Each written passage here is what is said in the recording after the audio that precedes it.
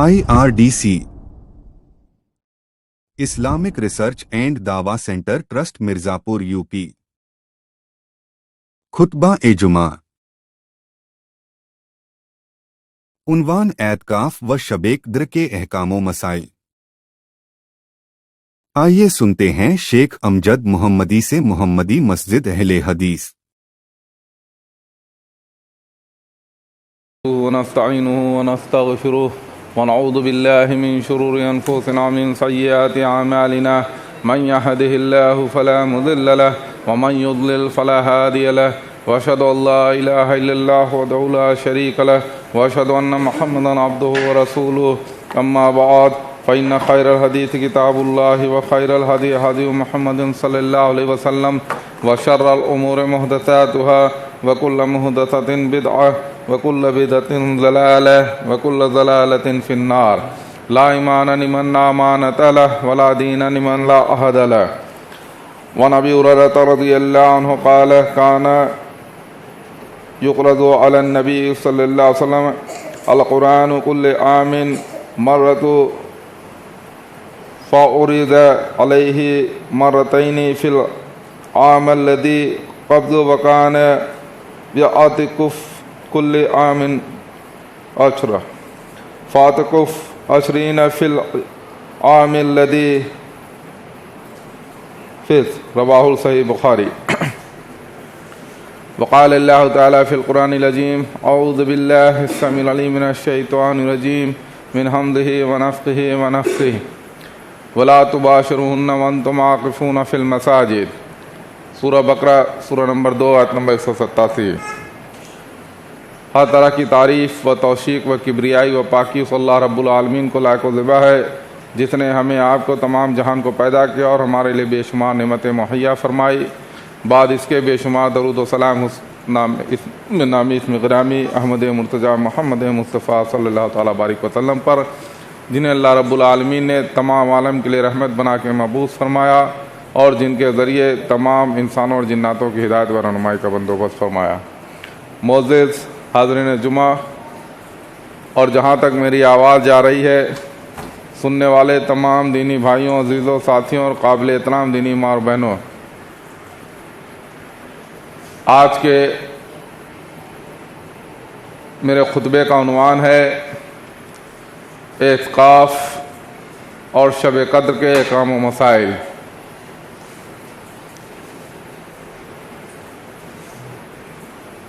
محمدیہ مسجد Mirzapur UP الہند میں آج بروز جمعہ 7 اپریل سن 2023 کو میں خطبہ دینے کے لیے آپ کے سامنے پیش خدمت ہوں، اور اللہ رب العالمین کے توفیق سے جو کچھ اللہ رب العالمین چاہے گا بلوائے گا۔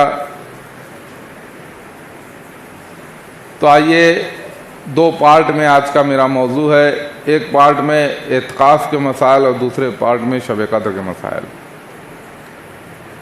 جیسا کہ میں نے ابھی آپ کے سامنے قرآن مجید سورہ البقرہ کی آیت نمبر 187 تلاوت فرمائی، جس میں اللہ رب العالمین ارشاد فرما رہا ہے وَلَا تُبَاشِرُوهُنَّ وَأَنْتُمْ عَاكِفُونَ فِي الْمَسَاجِدِ، اور تم اس وقت اپنی بیویوں سے مباشرت مت کرو جب تم مسجد میں معتکف ہو، یعنی اعتکاف میں بیٹھے ہو۔ تو معلوم ہوا، اس سے کئی مسئلے معلوم ہوئے۔ ایک تو یہ مسئلہ معلوم ہوا کہ اعتکاف میں بیوی سے مباشرت کرنا منع ہے۔ دوسرا مطلب یہ معلوم ہوا کہ اعتکاف مسجد میں ہوتا ہے۔ انشاءاللہ ابھی آگے اس کے تعلق سے اور روایتیں آئیں گی۔ صحیح بخاری کی جو روایت میں نے آپ کے سامنے پڑھی، جو ابو ہریرہ رضی اللہ عنہ سے روایت ہے، رسول اللہ صلی اللہ علیہ وسلم کے سامنے ہر سال رمضان میں ایک بار قرآن پڑھا جاتا ہے۔ جس سال آپ صلی اللہ علیہ وسلم کی وفات ہوئی، اس سال آپ صلی اللہ علیہ وسلم کے سامنے 2 مرتبہ قرآن ختم کیا گیا۔ یعنی آپ صلی اللہ علیہ وسلم قرآن کا دور کیا کرتے تھے۔ ہر رمضان میں جبریل علیہ السلام آتے تھے اور آپ کو دور کراتے تھے۔ تو ہر سال ایک بار قرآن ختم کرتے تھے آپ صلی اللہ علیہ وسلم، جبرائیل علیہ السلام ساتھ مل کے دور کر کے. جس سال آپ صلی اللہ علیہ وسلم کی وفات ہوئی اس سال آپ صلی اللہ علیہ وسلم نے 2 مرتبہ قرآن کا دور کیا، 2 بار ختم کیا. اسی طرح اسی روایت میں آگے آتا ہے کہ ہر سال آپ صلی اللہ علیہ وسلم 10 دن کا اعتکاف فرماتے تھے، لیکن جس سال آپ صلی اللہ علیہ وسلم کی وفات ہوئی آپ صلی اللہ علیہ وسلم نے 20 دن کا اعتکاف فرمایا. اور اس کی وجہ بھی جو دوسری روایتوں سے معلوم ہوتی ہے وہ یہ تھی کہ ایک سال آپ صلی اللہ علیہ وسلم اعتکاف نہیں کر پائے تھے، اسی لیے اس کی قضا جو ہے سال وفات آپ صلی اللہ علیہ وسلم نے کی تھی کہ 20 دن کا اعتکاف کیا تھا. وہ جو 10 دن کا چھوٹا تھا آپ کا ایک سال کا، اس کو بھی ملا کر کے آپ صلی اللہ علیہ وسلم نے 20 دن کا اعتکاف کیا تھا. اسی طرح سے سنن ابو داؤد و سنن ابن ماجہ کی روایت ہے، اما عائشہ رضی اللہ عنہا فرماتی ہیں کہ رسول اللہ صلی اللہ علیہ وسلم جب اعتکاف میں بیٹھنے کا ارادہ فرماتے تو فجر کی نماز پڑھ کر معتکف میں داخل ہوتے تھے. اس حدیث سے معلوم ہوا کہ اعتکاف میں جس کو بیٹھنا ہے وہ مسجد میں تو 20 رمضان کے عصر کے وقت ہی داخل ہو جائے گا، لیکن جو مسجد میں معتکف کی جگہ ہوتی ہے، جو چادر وغیرہ سے کر کے کیمپ بنایا جاتا ہے، آڑ بنائی جاتی ہے جس میں اعتکاف کرنے والے بیٹھتے ہیں، اس میں داخل ہوں گے 21 رمضان کے فجر کی نماز پڑھ کے تب اس میں داخل ہوں گے. 20 رمضان کے عصر میں وہ مسجد میں داخل ہو جائیں گے اور 21 رمضان کے فجر کے بعد اپنے اعتکاف والی جگہ پہ معتکف میں جو کیمپ بنایا گیا ہے اس میں داخل ہو جائیں گے. اسی طرح سے صفیہ رضی اللہ عنہ فرماتی ہیں کہ رسول اللہ صلی اللہ علیہ وسلم اعتکاف میں تھے، میں رات کو نبی کریم صلی اللہ علیہ وسلم سے ملنے آئی اور باتیں کرتی رہی. واپس جانے کے لیے اٹھی تو نبی کریم صلی اللہ علیہ وسلم مجھے چھوڑنے کے لیے اٹھ کر کھڑے ہو گئے. یہ صحیح بخاری صحیح مسلم کی روایت ہے. اس سے معلوم ہوا کہ معتکف میں جو شخص بیٹھا ہوا ہے تو اس کی بیوی اگر اس سے ملنے آنا چاہتی ہے تو وہ آ سکتی ہے، مل سکتی ہے اور بات چیت کر سکتی ہے. اور اگر رات کا وقت اندھیرا ہو گیا ہے اور کوئی اور نہیں ہے اس کے ساتھ تو اس کو چھوڑنے کے لیے معتکف میں بیٹھا ہوا شخص اپنی بیوی کو چھوڑنے جا بھی سکتا ہے، چھوڑ کے پھر ترنت آ کر کے اپنے معتکف میں بیٹھ جائیں گے. اور اگر کوئی ہے ساتھ میں یا پاس میں گھر ہے تو اپنا چلی جائے گی. تو یہ مسئلہ بھی اس سے معلوم ہوا.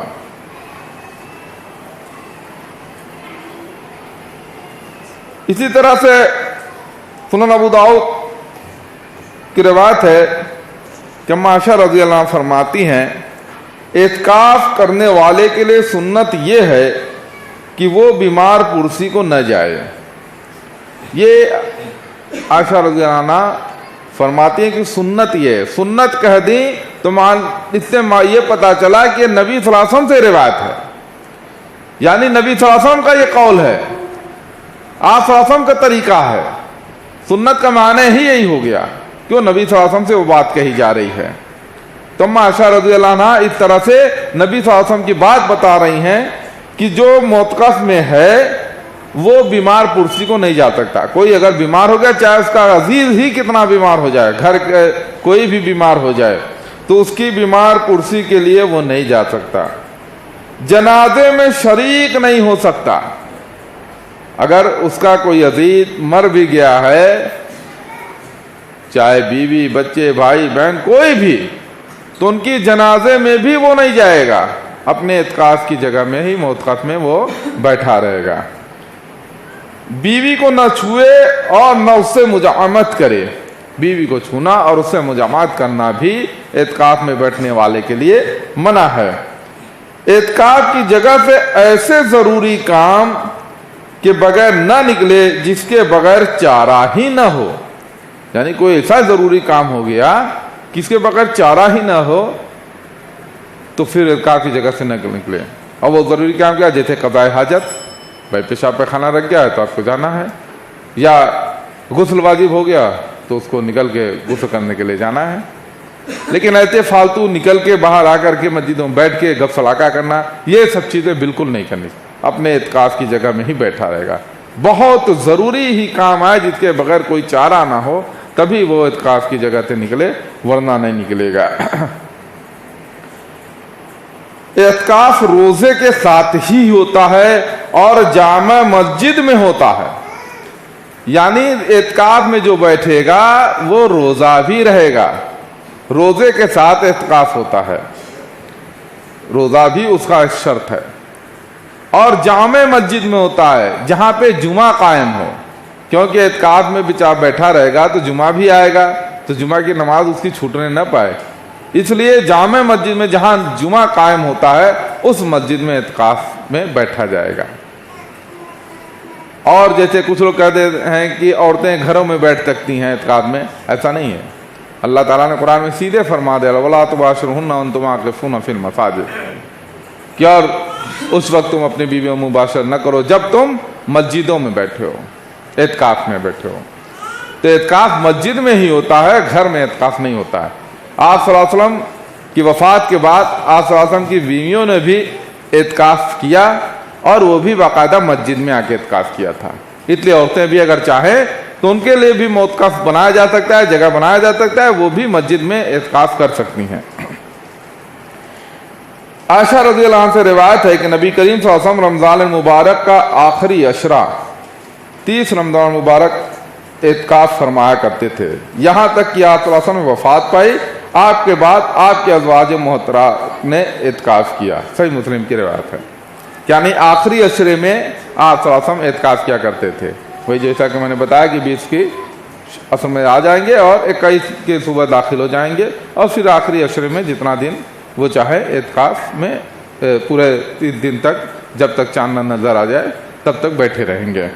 اور آپ صلی اللہ علیہ وسلم کے بعد آپ صلی اللہ علیہ وسلم کی بیویوں نے بھی اعتکاف کیا ہے. اسی طرح عبداللہ بن عمر رضی اللہ عنہ کہتے ہیں کہ رسول صلی اللہ علیہ وسلم نے فرمایا عورتوں کو مسجدوں میں جانے سے منع نہ کرو، لیکن ان کے گھر مساجد سے بہتر ہیں. تم عورتیں اگر مسجد میں جانا چاہتی ہیں نماز پڑھنے کے لیے یا اعتکاف کے لیے تو ان کو منع نہ کرو. ہاں مسجد جو ہے سے بہتر گھر ہے، نماز کے لیے گھر ان کے لیے بہتر جگہ ہے، وہ افضل گھر میں پڑھنا ہے. لیکن اگر مسجد میں جانا چاہیں تو منع بھی نہ کرو، اس سے بھی روک دیا گیا ہے کہ آپ ان سے منع نہ کرو. یہاں تک کہ عبداللہ بن عمر رضی اللہ عنہ کا یہ حال تھا کہ ان کے صاحبزادے اپنی بیویوں کو منع کرتے تھے مسجدوں میں جانے سے، وہ جانا چاہتی تھی منع کرتے تھے. تو عبداللہ بن عمر نے کہا کہ اللہ کے نبی صلی اللہ علیہ وسلم نے عورتوں کو مسجدوں میں جانے سے روکنے سے منع فرمایا ہے، تم ان کو جانے دیا کرو. کہا میں تو نہیں جانے دوں گا. تو انہوں نے اس سے بولنا چھوڑ دیا، یہاں تک کہ وفات ہو گئی ان کی. انہوں نے اپنے لڑکے سے بولنا چھوڑ دیا کہ سنت کی مخالفت کر رہا ہے، اللہ کے نبی نے منع کیا اور یہ کہہ رہا ہے کہ جو ہے میں تو روکوں گا، میں نہیں جانے دوں گا. تو آپ نے صحابہ اس طرح سے ہری سنت کے پیروکار ہوا کرتے تھے کہ نبی کی بات جب آ جاتی تھی وہ کسی کے نہیں سنتے تھے، چاہے وہ اولاد ہو چاہے جو ہو. اسی طرح سے عبداللہ بن عمر رضی اللہ عنہ سے روایت ہے کہ عمر رضی اللہ عنہ نے نبی کریم صلی اللہ علیہ وسلم سے پوچھا میں نے زمانہ جاہلیت میں مسجد حرام میں ایک رات کا اعتکاف کرنے کی نظر مانی تھی، پوری کروں یا نہ کروں؟ تو آپ صلی اللہ علیہ وسلم نے فرمایا اپنی نظر پوری کر. یہ صحیح بخاری کی روایت ہے. اس سے ایک مسئلہ اور بھی معلوم ہوا کہ اگر کوئی شخص اعتکاف کی نظر مان لے، پہلی بات تو نظر ماننا نہیں چاہیے، کیونکہ نظر تقدیر کو بدلتی نہیں ہے، جو تقدیر میں متعین ہے وہی ہوگا. اور اگر نظر مان لی ہے تو پھر اس کو جائز نظر ہے، حلال نظر ہے تو اس کو پورا کرنا ہے، اور حرام نظر ہے، ناجائز نظر ہے تو وہ نہیں پورا کرنا ہے. کہ میں جاؤں گا میرے یہ کام پورا ہو گیا تو میں خواجہ کی درگاہ میں جاؤں گا، وہاں چادر چڑھاؤں گا، یا میں جو ہوں اتنے جو ہے کیا نام ہے فلاں پیر صاحب کے وہاں پہ جاؤں گا اور وہاں پہ جو ہے ان کو یہ چیز پیش کروں گا، یا اس طرح کے جو ناجائز کام ہیں، جو شریعت کے خلاف کام ہے، ایسی نظر مانی گئی ہو، یا الٹے پیر میں چلوں گا، یا میں جو دھوپ میں کھڑا رہوں گا، اس طرح کی اگر کوئی نظر مانے ہیں تو یہ سب پورا نہیں کرنا ہے۔ لیکن جائز نظر مانی ہے، مسجد میں 10 لوٹے رکھوں گا، میں نفل نماز اتنا پڑھوں گا، میں اتنے روزے رکھوں گا، یا مسجد میں اعتکاف کروں گا 2 دن کی، 3 دن کی، 1 دن کی، 5 دن کی، کچھ بھی، یا میں 10 مسکین کو کھانا کھلاؤں گا، اس طرح سے کوئی بھی جائز کام، مسجد بنواؤں گا یا اس طرح صدقہ کروں گا، تو جو بھی جائز نظر مانی ہے تو اس کو پورا کرنا ہے، اور وہ چاہے آپ کا پورا ہو یا نہ ہو۔ یہ نہیں ہے کہ میں نے جو نظر مانی تھی کہ میری اولاد ہو جائے، میری اولاد بیمار ہے تو ٹھیک ہو جائے تب میں اس چیز کو پورا کروں، نہ، وہ بیمار ہو یا نہ بیمار ہو، یا ٹھیک ہو یا نہ ہو، اولاد ہو یا نہ ہو، آپ نے نظر مان لی ہے تو پورا کرنا ہے، کیونکہ آپ کی نظر ماننے سے آپ کی تقدیر نہیں بدلے گی، تقدیر میں جو ہے وہ لکھی ہے، لیکن اگر نظر مانی ہے، جائز نظر مانی ہے تو پوری کرنی ہے، وہ چیز ہو چاہے نہ ہو، کیونکہ تقدیر میں جو متعین تھا وہی ہوگا، اس لیے نظر مان لیا ہے تو پورا کرنا ہے۔ اب کچھ لوگ کہتے ہیں ہم نے تو اولاد مانا تو اولاد ملا نہیں تو کیوں میں پورا کروں، نہ، آپ نے مانا ہے، اولاد اللہ تعالیٰ کی قسمت میں نہیں لکھا تھا، نہیں ہوا، لیکن آپ کو نظر پوری کرنی ہے، تو نظر پوری کرنی ہوگی، حلال جائز نظر اگر مانی ہے۔ پہلی بات تو اللہ کے رسول نے نظر ماننے سے منع فرمایا کہ نظر مانو مت، کیونکہ وہ تقدیر کو بدلتی نہیں ہے، اور اگر مان لیا ہے فی الحال تو جائز نظر اگر مانا ہے تو پھر اس کو پورا بھی کرنا ہے۔ اسی طرح سے عمر رضی اللہ عنہ نے دور جاہلیت میں 1 دن کے اعتکاف کی نظر مانی تھی، اس کو جو ہے پھر آپ صلی اللہ علیہ وسلم سے پوچھا جب اسلام لانے کے بعد کہ میں نے دور جاہلیت میں 1 دن کا اعتکاف کی نظر مانی تھی، کیا کروں، میں پورا کروں؟ تو آپ نے فرمایا کہ ضرور پورا کرو، تو وہ 1 دن کا اعتکاف انہوں نے کیا تھا۔ اس لیے اگر کوئی شخص نظر کے طور پہ 1-2 دن کا، 4 دن کا، 5 دن کا اعتکاف مانتا ہے تو وہ پورا کرے گا، لیکن سنت کے مطابق اگر رمضان کے مہینے میں اعتکاف کرنا ہے تو وہ پھر آخری عشرے کے پورے 9 یا 10 دن جو ہوتے ہیں اس میں آپ کو اعتکاف کرنا ہے۔ اب اللہ رب العالمین سے دعا ہے کہ ہم تمام لوگوں کو سنت کے مطابق اپنی زندگی گزارنے کی توفیق عنایت فرمائے، آمین۔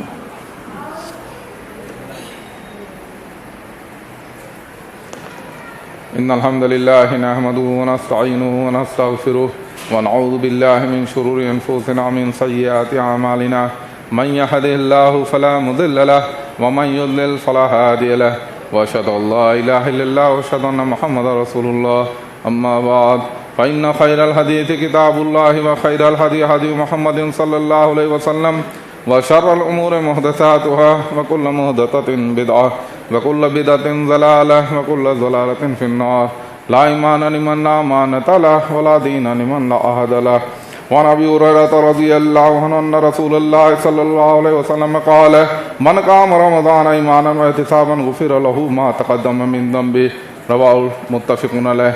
وقال الله تعالى في القرآن العظيم اعوذ بالله السميع العليم من الشيطان الرجيم من همزه ونفخه ونفثه، شهر رمضان الذي انزل في القرآن، سورہ بقرہ آیت نمبر 185۔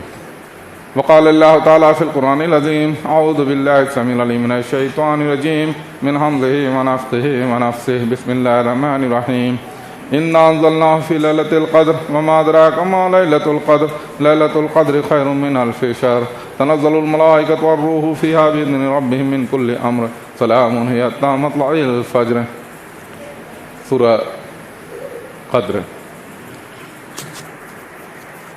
اب میرے خطبے کا دوسرا پارٹ لیلۃ القدر کے تعلق سے، شب قدر کے احکام و مسائل کیا ہیں۔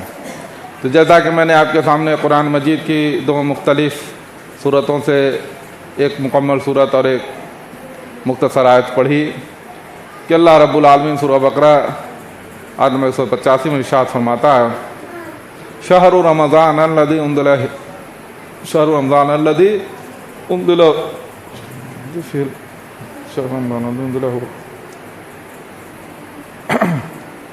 کہ ہم نے رمضان کے بابرکت مہینے میں اس قرآن کو نازل فرمایا، شہر رمضان الذی انزل فی القرآن، کہ ہم نے رمضان کے بابرکت مہینے میں اس قرآن کو نازل فرمایا.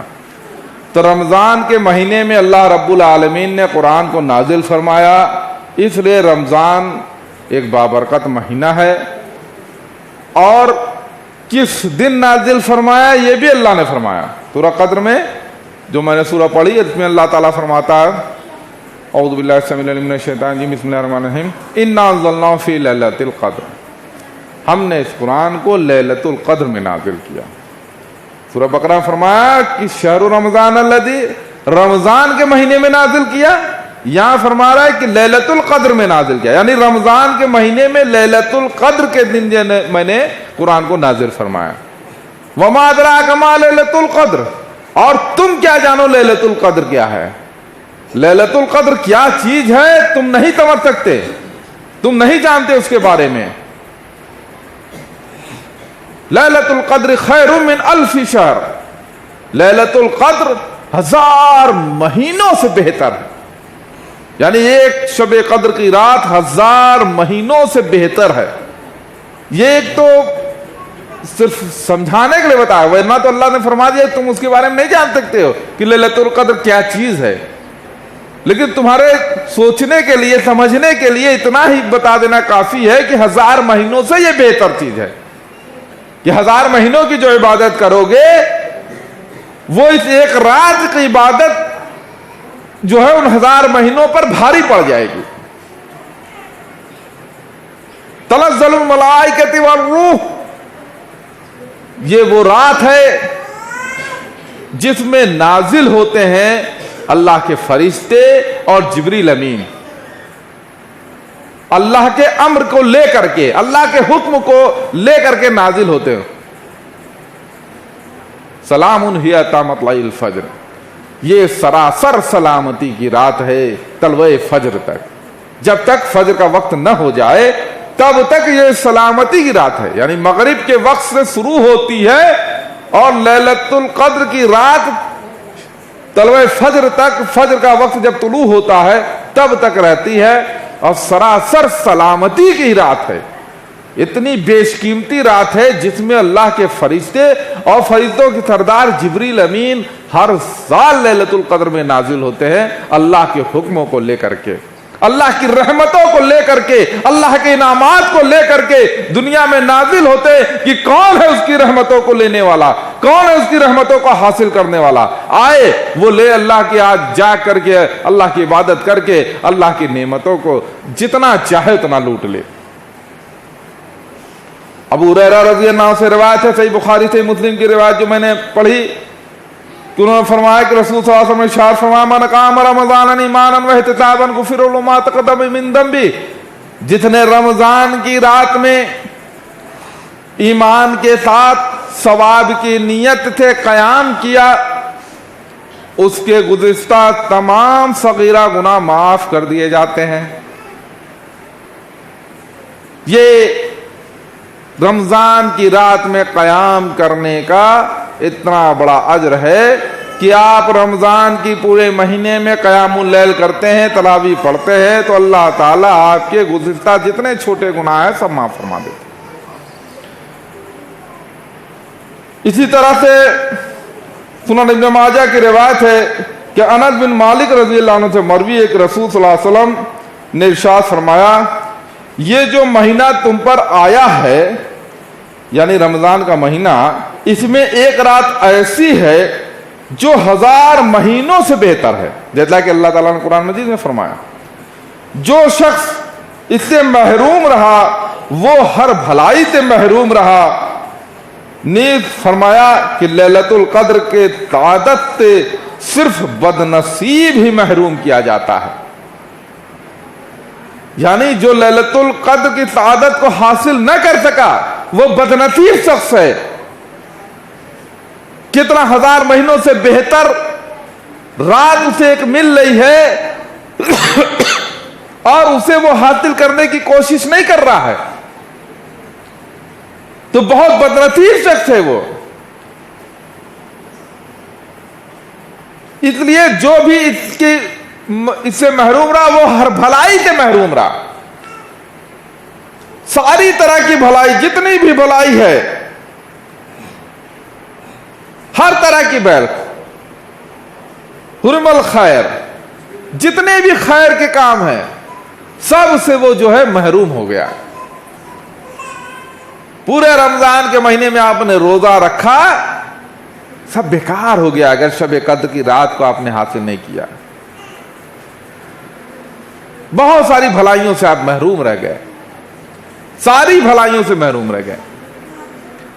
اس لیے شب قدر کی رات کو اپنی زندگی کا ایک بہترین رات سمجھے اور اسے حاصل کرنے کی پوری قوت کے ساتھ کوشش کریں اور پوری تیاری کریں۔ خود بھی اس رات کو جاگے، اپنی اولادوں کو بھی جگائیں، اپنی بیوی بچوں کو بھی جگائیں اور کثرت سے اس رات کو عبادت کریں۔ اما عائشہ رضی اللہ عنہ فرماتی ہیں کہ رسول صلی اللہ علیہ وسلم فرمایا، رمضان کے آخری عشرے کی طاق راتوں میں لیلۃ القدر کی تلاش کرو۔ صحیح بخاری کی روایت ہے یہ کہ رمضان کے آخری عشرے کی طاق راتوں میں، آخری عشرہ 21 سے لے کر کے جو 30 تک کے بیچ کے ہے، اس کی طاق راتوں میں شب قدر کو تلاش کرو۔ طاق رات کون کون ہے؟ 21، 23، 25، 27، 29، یہ 5 راتیں آتی ہیں۔ ان 5 راتوں میں آپ تلاش کریں گے تو ایک رات آپ کو لیلۃ القدر کی ملے گی۔ اسی طرح سے اما عائشہ رضی اللہ عنہ فرماتی ہیں، صحیح بخاری صحیح مسلم کی روایت ہے کہ رسول صلی اللہ علیہ وسلم رمضان کے آخری عشرے میں باقی دنوں کی نسبت عبادت میں بہت زیادہ کوشش فرمایا کرتے تھے۔ آخری عشرے میں آپ صلی اللہ علیہ وسلم اعتکاف میں بھی رہتے تھے تو بہت کوشش کیا کرتے تھے، بہت زیادہ عبادت کی کوشش کیا کرتے تھے۔ اسی طرح عائشہ رضی اللہ عنہ فرماتی ہیں کہ جب رمضان کے آخری 10 دن شروع ہوتے تو رسول صلی اللہ علیہ وسلم عبادت کے لیے کمر بستہ ہو جایا کرتے تھے، مطلب پوری طرح سے تیار ہو جاتے تھے، راتوں کو جاگتے اپنے اہل و عیال کو بھی جگاتے تھے، خود بھی جاگتے تھے اور اپنے اہل و عیال کو بھی جگاتے تھے، اپنے بیوی بچوں کو بھی جگاتے تھے کہ وہ بھی جو ہے جاگ کر کے اس رات کی سعادت سے محروم نہ رہنے پائے، اس کی سعادت کو حاصل کر سکے، اس کی بھلائیوں کو حاصل کر سکے۔ تو آخری عشرے کی 10 رات آپ صلی اللہ علیہ وسلم جاگتے تھے۔ 10 رات جاگیے، خوب عبادت کریے، اور شب قدر کو حاصل کرنا ہے تو کم سے کم طاق راتوں میں 5 رات آپ جاگ کر کے شب قدر کو حاصل کر سکتے ہیں۔ یہ آخری عشرے کی 10 رات جو ہے وہ تمام کی تمام بہتر راتیں ہیں جس میں آپ کو بہت زیادہ اجر و ثواب ملے گا جاگنے میں۔ لیکن شب قدر کو حاصل کرنا اگر خالی چاہتے ہیں تو آخری طاق راتوں میں 5 راتوں میں کئی 23، 25، 27، 29 کو جاگ کر کے آپ شب قدر کو حاصل کر سکتے ہیں۔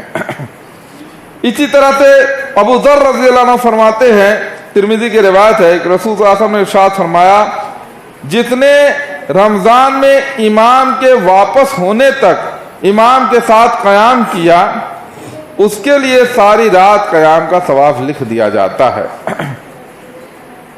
جتنے امام کے واپس ہونے تک، یہ رمضان اس میں بریکٹ میں لیکھک نے لکھ دیا ہے، لیکن جو حدیث کے الفاظ ہے اس میں یہ ہے کہ امام کے ساتھ یعنی جو عشاء کی نماز پڑھتا ہے، قیام کرتا ہے یا قیام اللیل تراویح کرتا ہے تو پھر وہ جو ہے ساری رات جو ہے نماز میں ہی اس کو شمار کیا جاتا ہے۔